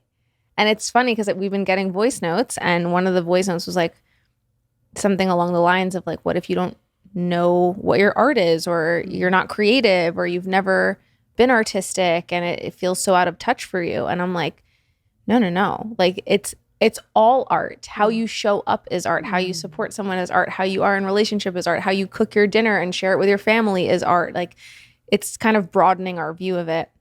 And also remembering that all art is of service to others, to God, to everything. Yes. You know, it's like that's why humans are here, because we're creators. We create, and it's for everyone else. Yes. And it ends up benefiting us, and that's the beautiful thing. The more we're of service, the more it benefits us. But I just think that's such a beautiful lens in which to approach it. And I think that lens does lend itself to courage. Yeah, because if it's bigger than me, and if it's not actually about me, then great, I'm just the vessel. The more honest I can be about my experiences, the more I can be a vessel for you to see your experiences. And it's the honesty is like the way in for people. Yeah. It really is such an act of courage to show up imperfectly. Perfectionism it's like the ultimate form of inauthenticity, of like a fear. It's a good way to put it. Perfectionism is the ultimate form of inauthenticity. Right? Because you're manufacturing that. You're trying to be perfect and you're not. Yeah. Right. Such a disservice. Yeah. But it takes such courage to be imperfect and to show up messily as you are in service of someone else. Yeah, it's letting the desire to be of service outweigh the desire to be seen, or like have that be more important than being seen. Yeah. You know, or like the risk of being seen, let's say.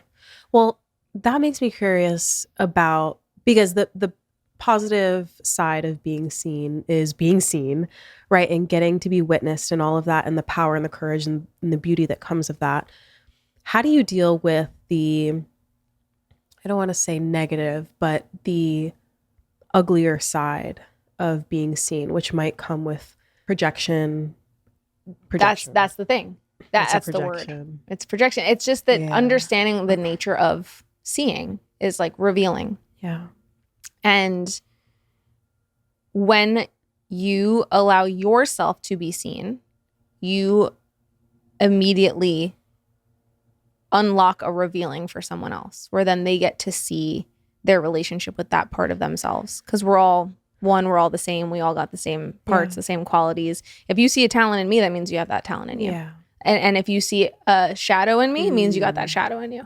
And I got the shadow in me too. I'm not saying I don't. I'm not saying you're making it up. I'm just saying we all have them. And so if one of my shadows is particularly bothering you, we gotta do some reflection together. Let's do it together.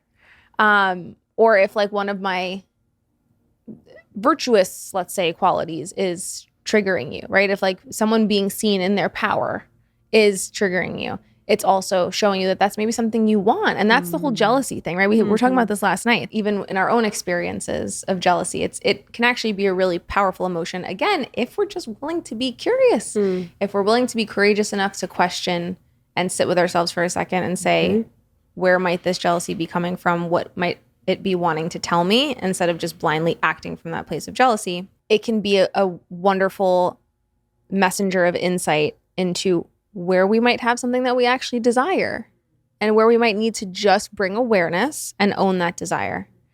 And I think because it is the hardest thing in life to sit there and question our own behavior and own things, a lot of people, when you choose to show up and be seen, will have a response of jealousy, because it's a gift. It's an activator. It's meant to help them. You just happen to be in the crossfire of it. And what they choose to do with it is their choice. And some people are going to rise higher because of you rising higher. And then some people are going to choose the other path and take perhaps projection style, jealousy style action towards you or not. We'll just have those feelings. And you just got to deal with that, because it's the other side of the coin of good work. My therapist taught me that resentment shows you where you're abandoning yourself. And that's another one that's been so hard hitting for me, because when I feel that pang of resentment, it's like, where am I abandoning myself? If you're resentful that like someone has all this free time, it's like, okay, you're obviously not spending enough free time. You're obviously not taking care of yourself in the way that you need to be taken care of, right? Or you need to look at maybe like, what's your screen time and your free time? Are you really like making the most of that? Yeah. Yeah. Yeah. How are you relating to time as a resource and, giving yourself what you deserve in the time that you do have? Right. Yeah. Right. How are you caring for yourself? So yeah, that was a huge mirror for me too. And millennials therapists are the backbone of this society. Let me just say that. Because we're all sitting here like, and the other thing I learned from my therapist, we're just dropping bombs, and we're, they're changing the world. I'm going to send this to my therapist. They really are like changing the paradigm on earth right now. I hope they know that, because we're all like bringing the tea to each other. And it's like, oh my God, your therapist said that. My therapist said this. Like, let's exchange. Yeah. So great.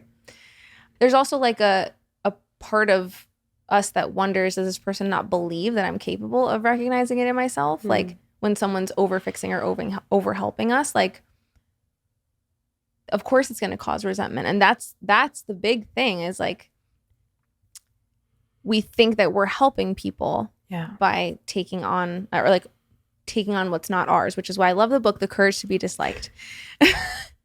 Because there's a whole concept called separation of tasks. I'm telling you, that book taught me how to be a person. It literally is like another Bible to me. Like it was the only thing that ever put into words, or not even put into words, but put into like little philosophies of like how to do right by people in relationships by not being codependent. But yeah, it's kind of like a manual of like how to be in right relationship with other people and yourself and the world, and how to have more courage and not be so selfish and try to be of service and take one step forward every day. And a big thing is their concept of the separation of tasks. And it says every time an obstacle arises, and you're in relationship with another person, which is where all obstacles arise in this world, right? In relationship to each other, right? You just have to ask in that moment, what is my task here and what is theirs?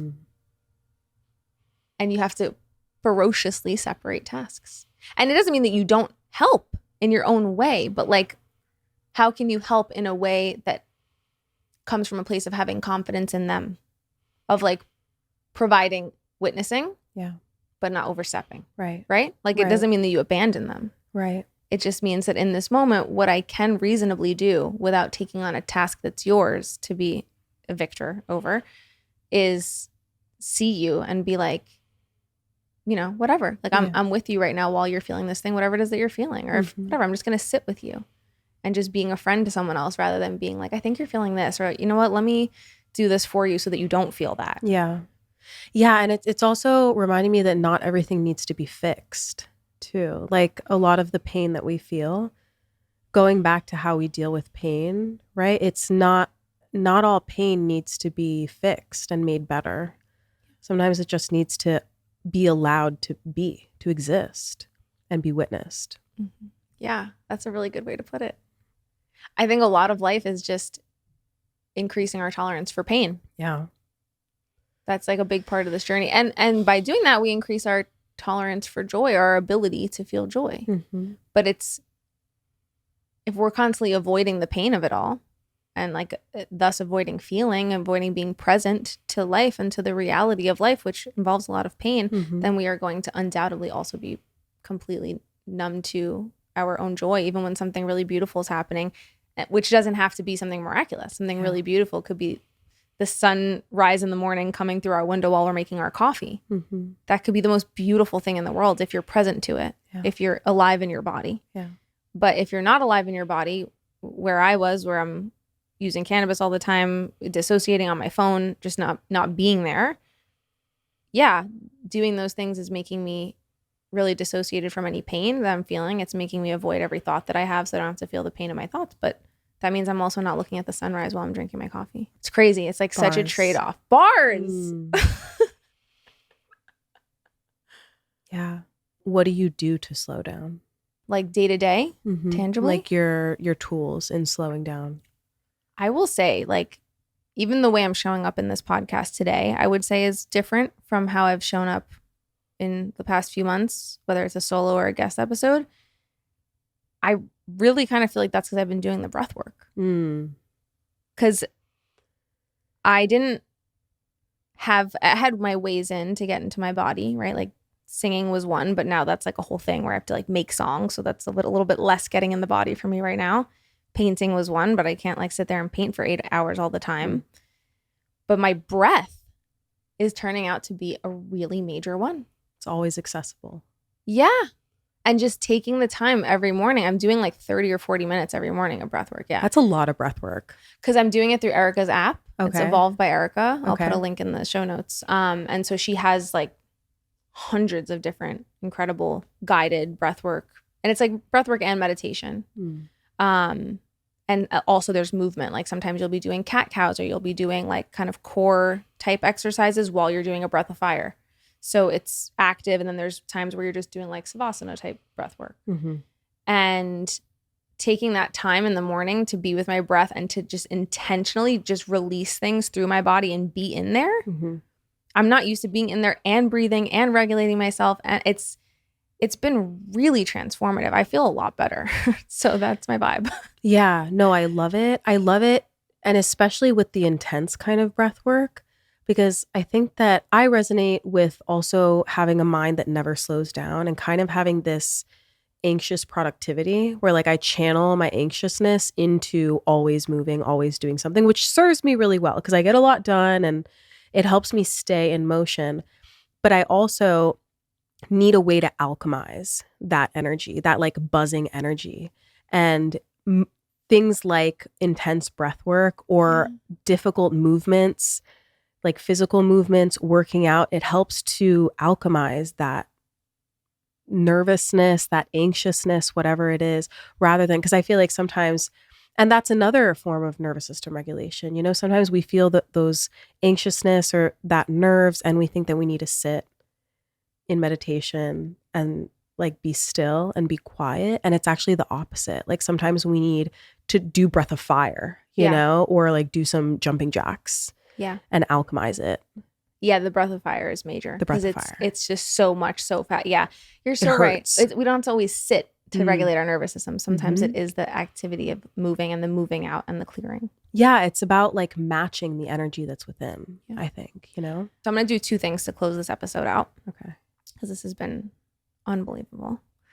One is I want you to just do like a rapid fire. You talk so much about mindset, and I love the way that you show up on Instagram about that. We already have the information to do the things that we need to do. We know to eat the protein, do the workouts, blah, blah, blah. But a lot of the times it's our mindset that needs changing to apply them. So what are like your top 2 mindset hacks that you've been using? Oh my gosh. Number 1 is that everything is an experiment and you are a scientist.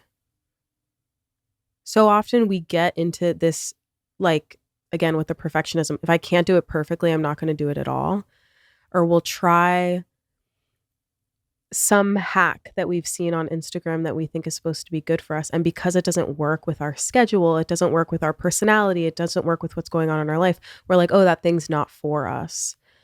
But my favorite approach to this is imagining that you are literally a scientist and taking it back to the scientific method and imagining that this is the experiment that you're running, whether it's you waking up in the morning and going for a walk or you incorporating meal prep into your life. If it doesn't work, it's not that the whole experiment is bad, it's that you need to adjust the experiment and try again. So it kind of takes the pressure off of getting it perfectly and actually just allows you to play in what the experiment is and try again without any pressure. Number 2 mindset shift is when you find yourself in a downward spiral, which is like the holidays just happened or a birthday just happened or you just had a weekend of eating whatever and not really being on your diet, you took a week off from the gym, whatever it is, we can find ourselves in this fuck it mentality where it's like, well, I already ate like crap this week. I'm just going to eat a burger tonight or eat the pizza tonight, even though I know that it's going to make me feel even more like crap.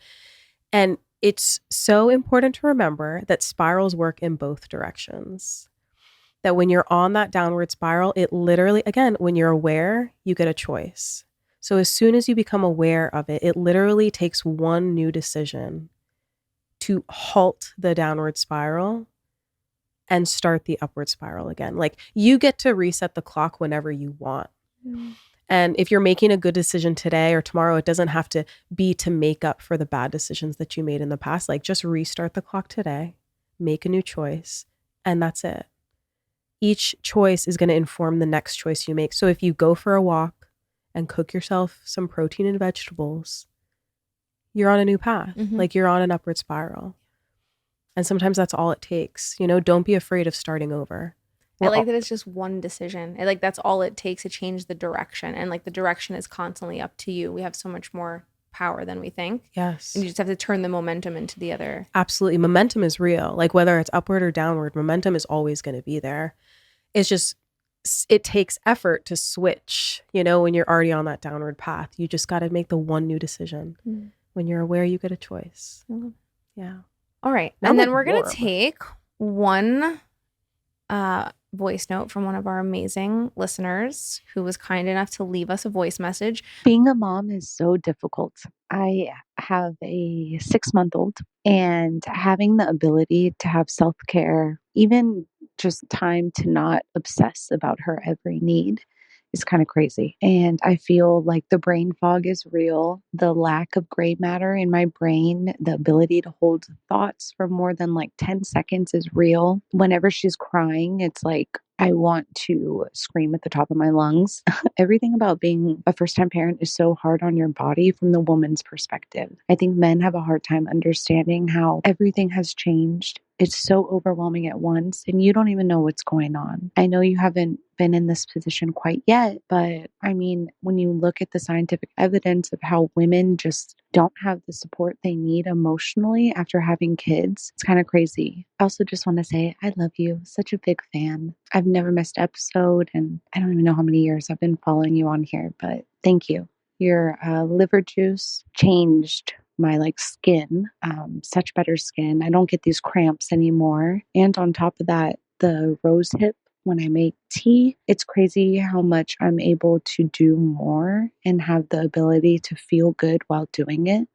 So yeah, even though you're just a mama to Banks for now, I would be very curious to hear a little bit about how when you're a mother, everything changes in your life, but your hormones, you don't really have the ability to regulate them well.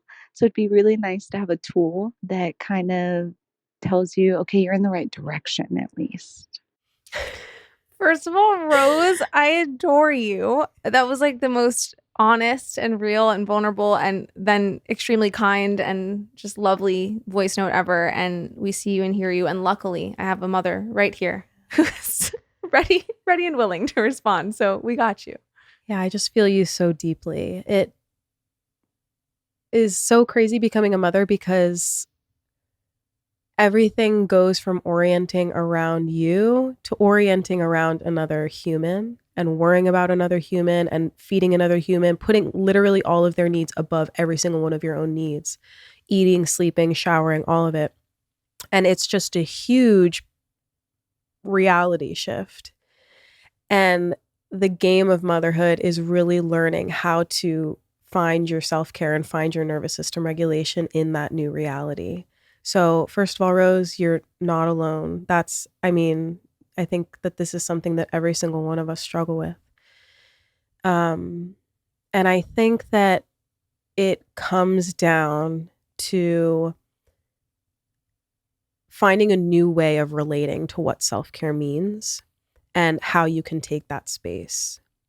So this might come at the cost of things that you did before. Like, for example, earlier we talked about being honest about the screen time on your phone and maybe how you're spending some of your time and finding ways to insert little pockets of self-care into your day, but maybe that don't look like what your self-care looked like before. Like, maybe it's not a bubble bath.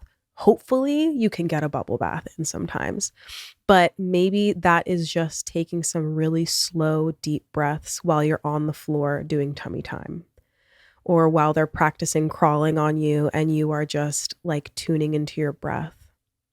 And taking up a routine with walking is like the number one thing that I can suggest, because not only does that give them time outside, but it's a way for you to get fresh air, get under the sun, get some movement, as gentle as it might be, and just take some time for yourself.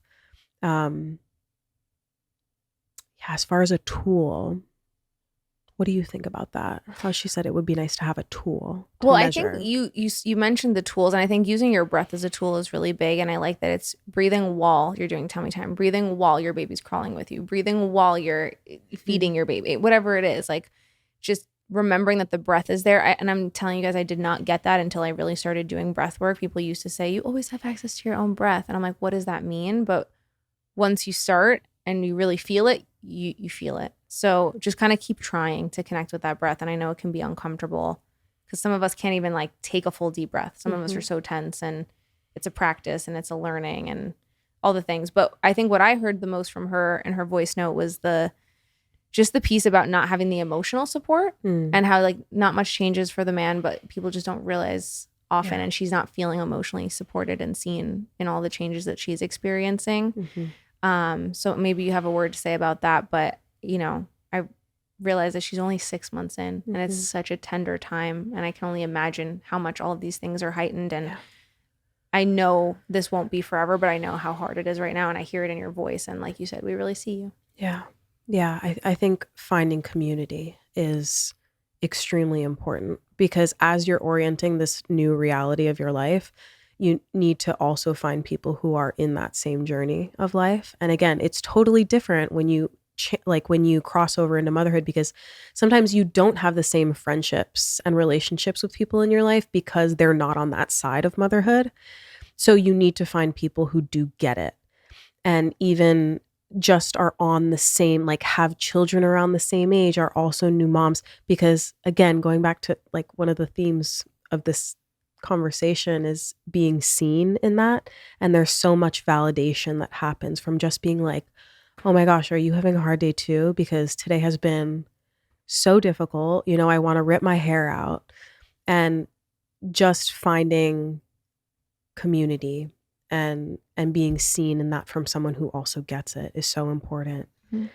And also, I think, tying back to what I was saying before, is part of that reality shift is like, for me personally, I thought that I was going to become a mother and continue doing everything that I was doing before, where like chores and things were just things that I would do in between my work and whatever, right? And my self-care and my journaling and everything. But when you become a mother, like chores of life, whether it be for house or for baby or for yourself, become the majority of what you're doing. So it's like a perspective shift that actually doing the dishes, you're not doing the dishes so that you can be done with that and get to the self-care. It's like the dishes is what you're supposed to be doing right now. You know what I mean? Yeah. It's a shift that you're not doing all of the other things to get through it, but this is your role. This is your new role right now. And again, it's not going to be forever. It does get easier. 6 months is tender testing. Yeah. For an actionable step for the community piece, my best friend Nina, she's a speech therapist and a functional diagnostic nutritionist, and she supports moms all the time. And she has a Facebook group that she made, just a free Facebook group for moms, for new moms. So I'm just going to put the link to her Facebook group in the show notes for this so that you can join and connect with other moms in that group. And yeah, I also just want to validate like what you said about feeling like when your child is crying right now, it's like you just want to scream and you're like really at your wit's end. And if you're really at your wit's end and you really need support, I would also encourage you to go advocate for yourself and get that support if needed. Speak with your doctor if this is like an intense bout of postpartum depression or postpartum anxiety. Those things are very real. And if you need that support, you go and you get that. There's no shame in that whatsoever. So just the permission and the witnessing there of like, yeah, I hear you. Well, thank you for your voice note, Rose. Thank you, Noelle, for being here and for sharing like just your presence, your wisdom, your love with us, your nervous system regulation with us. I'm feeling regulated. At this point, I'm like, you want to be the co-host? Listen, Noelle and Olivia. You want to What's do the this with me? juice? Because this is a vibe. This is a vibe. Oh, this was so nice. Yeah, this has been so nourishing to my soul, and it's felt so natural and so nurturing. I can't say anything more than that. So thank you for seeing me and for sharing your gifts with the world and using your true voice, because you're an inspiration to me and I know to so many other people. Thank you. Yeah. Can you also share how we can work with you? Yeah. So I am Noelle_M on Instagram. And right now I currently offer a meal planning subscription. So I give you a new meal prep every single week. Fire food, So good. amazing macros, high protein, high fiber, high antioxidants. And it's designed to help you stay on track with your meals and actually feel good about what you're eating, optimize your energy, your sleep, all of it. So that's my thing. You're right just now so that I love creative so with much. it too. It's never boring. It's like you're hitting the fun, zesty, like different colors, variety recipes. It's just so beautiful. Thank you. And you're passionate about it. You can tell. I really put my heart and soul into it. It's so fun for me. And I just love making people love food, making people love the kitchen as much as I do. So yeah, thank you.